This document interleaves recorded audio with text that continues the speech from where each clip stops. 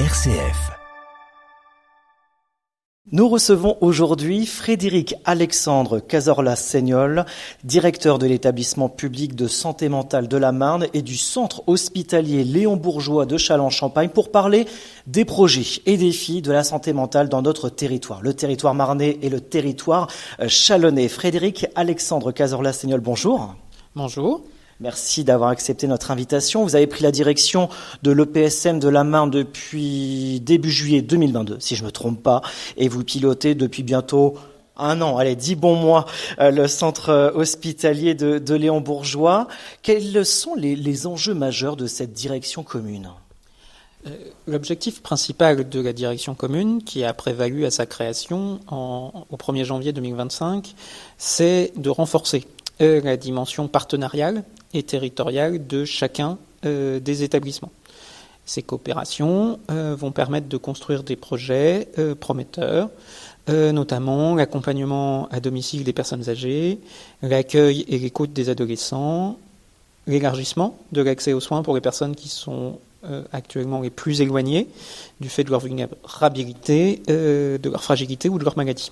La direction commune, c'est une modalité d'organisation entre différents hôpitaux qui préserve l'identité propre de chaque établissement, mais qui met en partage la fonction de direction qui permet de coordonner les visions de chaque établissement et notamment de s'assurer que pour toutes les fonctions administratives et techniques, il n'y a aucun doublon, aucune redondance entre les différents établissements qui, pour le PSM de la Marne et le centre hospitalier Léon Bourgeois, sont situés à Châlons-en-Champagne, très proches l'un de l'autre.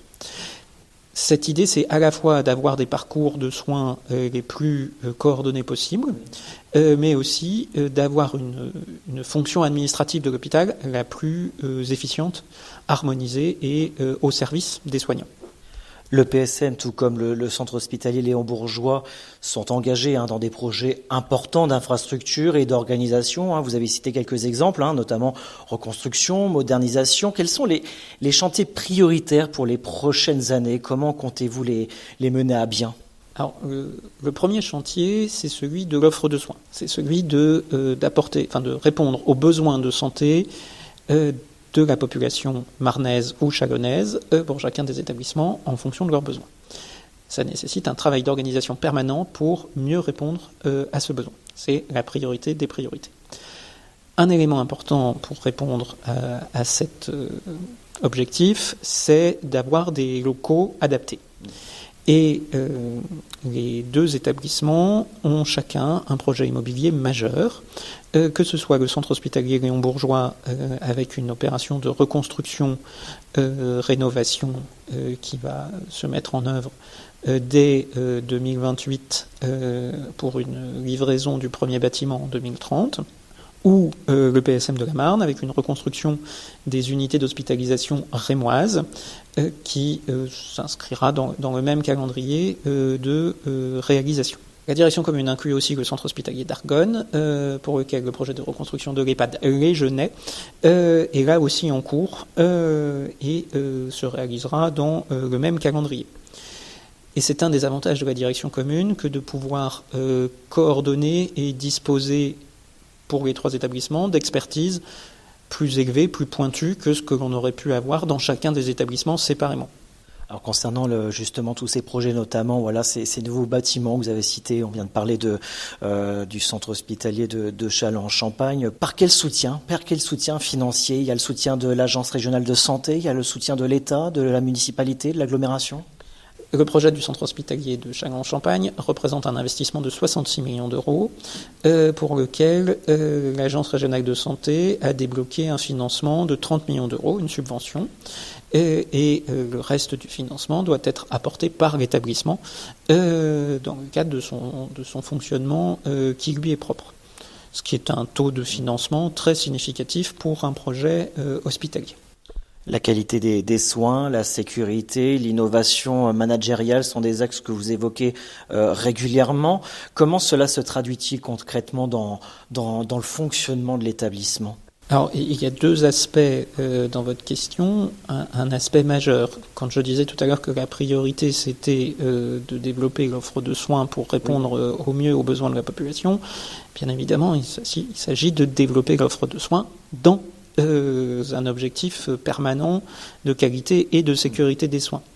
Cela implique dans chacun des établissements une dynamique, une culture de qualité, piloté par une direction dédiée, le pôle expérience patient, sécurité, qualité, qui va, à l'écoute des services, faire le lien entre l'expression des patients, parce qu'on sait que parfois le séjour hospitalier peut être mal vécu, on sait qu'il est parfois bien vécu, on reçoit aussi bien des courriers de remerciement que des courriers de réclamation.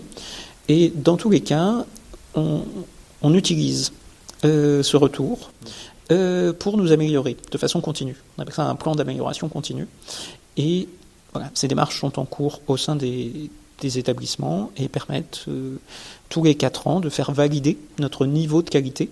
Donc ça a eu lieu en 2023, les établissements ont été certifiés et ça aura de nouveau lieu en 2027. Donc on revient vous voir dans 2027 ? Tous les 4 ans, tous les établissements de santé font l'objet d'une certification. Donc on sera ravis de communiquer sur notre résultat en 2027.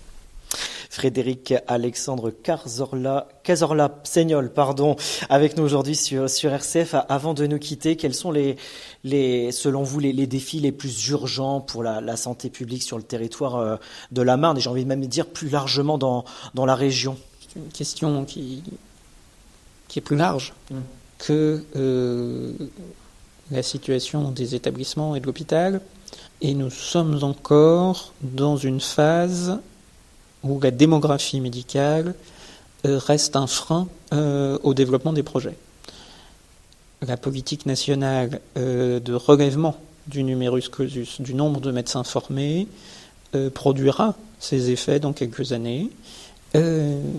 En attendant, la situation reste tendue dans le recrutement et concerne aussi bien la médecine de ville que la médecine hospitalière.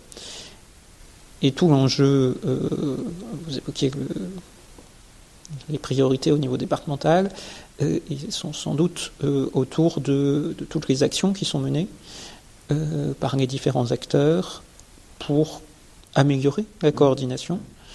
Et je pense à tous les projets de création d'outils de coordination qui permettent de mieux se parler et d'éviter que les séparations historiques ne nuisent à la prise en charge des patients, mais au contraire qu'elles s'inscrivent en complémentarité.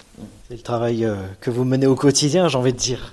Exactement, et on rencontre des partenaires extrêmement mobilisés sur tous les territoires, ce qui permet de construire des projets porteurs pour l'ensemble des établissements, l'ensemble des filières, et in fine apporter des réponses un peu plus coordonnées, un peu plus fluides. Il faut savoir être modeste dans ce qu'on fait, mais simplifier un peu, c'est déjà apporter beaucoup pour les personnes concernées.